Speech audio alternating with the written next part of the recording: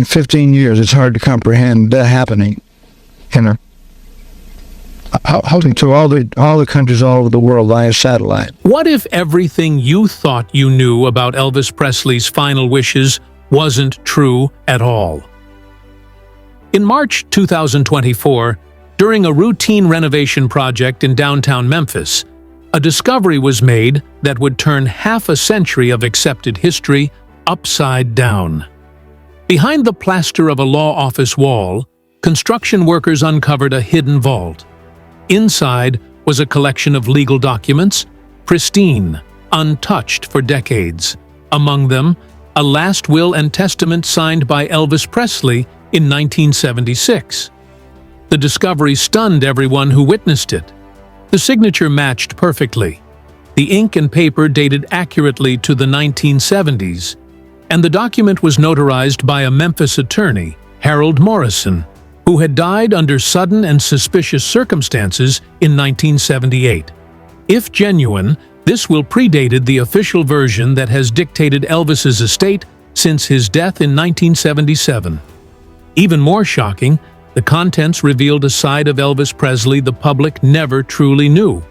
A man who had anticipated betrayal, mistrusted those closest to him, and carefully prepared a safeguard that was buried along with him.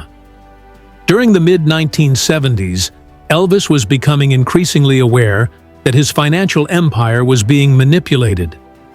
He noticed unexplained fees, missing funds, and evasive answers from advisors he once trusted.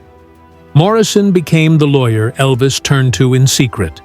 Their late-night meetings, far from the eyes of his entourage, documented a Presley who was cautious, strategic, and determined to reclaim control of his life. In this hidden will, he expressed doubts about Priscilla Presley's growing influence and feared that after his death, his legacy would be shaped by people more concerned with money than with truth. He left clear instructions to protect Graceland as a private family home, insisted that his daughter Lisa Marie's well-being come before profit, and put provisions in place to safeguard his music, ensuring it would never be used for cheap advertising or exploitation. But Priscilla's presence loomed large. Though the world believed their divorce had been amicable, documents and records painted a different picture. She remained deeply involved in Elvis's affairs, positioning herself carefully within his business world. Phone records revealed frequent and strategically timed calls to lawyers, managers, and even Morrison's office before his sudden death. The timing was too convenient to ignore. Morrison's passing at just 42, despite having no serious health issues, meant the only man who could confirm Elvis's true intentions was silenced forever. Within days, his office was emptied by unidentified men, and his files vanished. The provisions within the secret will made Elvis's intentions unmistakable. He sought to leave lifelong support for his loyal staff and musicians, including bodyguards, band members, and household employees who had stood by him for years. He even planned a foundation to support struggling artists, recognizing the hardships young musicians faced.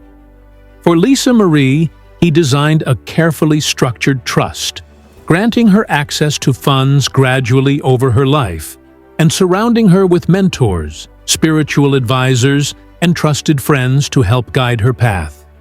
Most touchingly, he left behind annual letters meant for her birthdays, filled with advice and encouragement. Letters that remained hidden until 2024, unseen by Lisa Marie, who had already passed away the year before.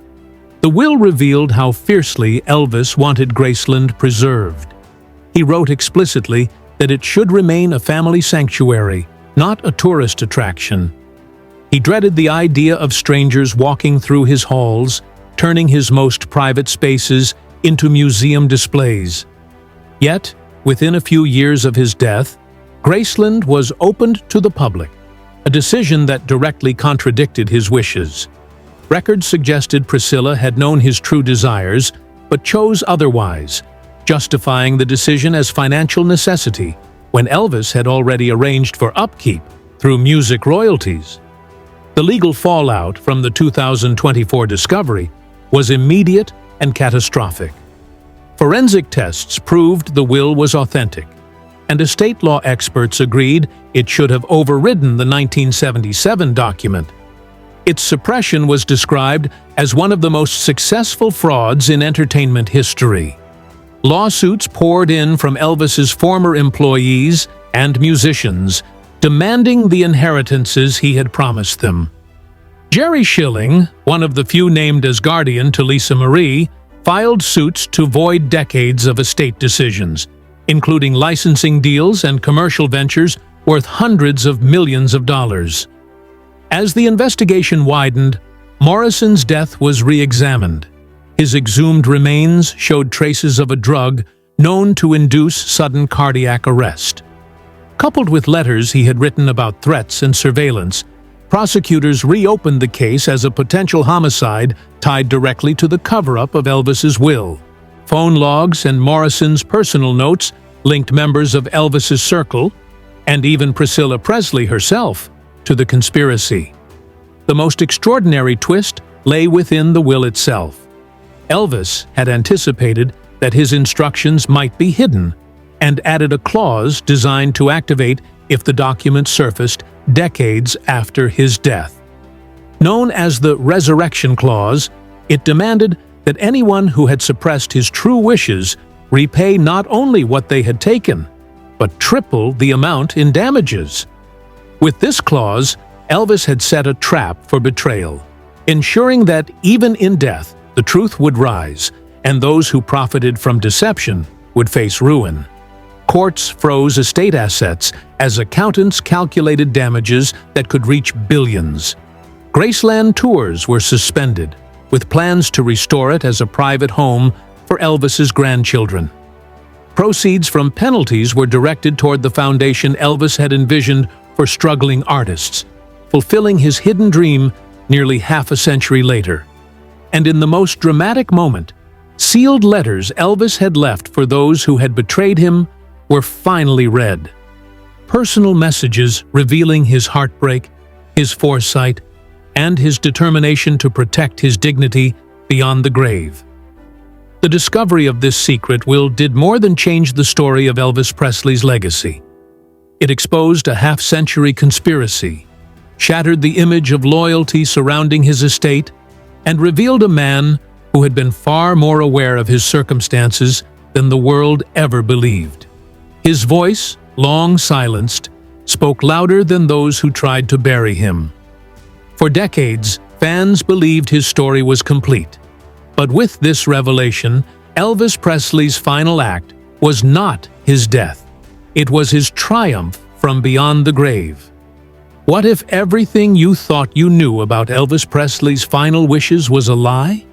In March 2024, a team of construction workers renovating an old Memphis law office made a shocking discovery. A steel safe hidden inside the wall, untouched for nearly 50 years. When it was opened, inside lay pristine documents from 1976, including a secret last will and testament signed by Elvis Presley himself.